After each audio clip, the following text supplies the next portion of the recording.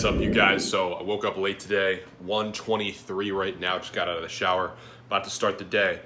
So I wanted to show you guys my smoothies that I make in the morning. Very, very good for detoxing, if you have problems with digestion, if you have just bloating.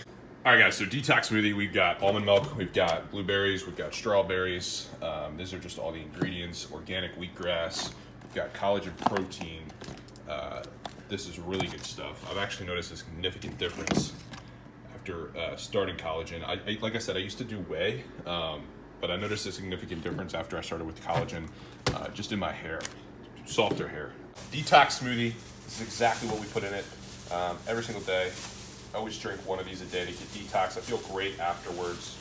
If I can get these leaves out of here, perfect. All right, so we have spinach leaves. First things that go in there. And we got our collagen protein. Stay away from whey, anything dairy related. It's gonna clog up the system. You wanna stay away from that.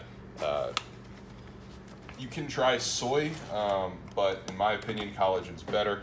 I've actually noticed a significant change in the way my hair feels after starting on collagen protein. So, well, damn, that's long overdue.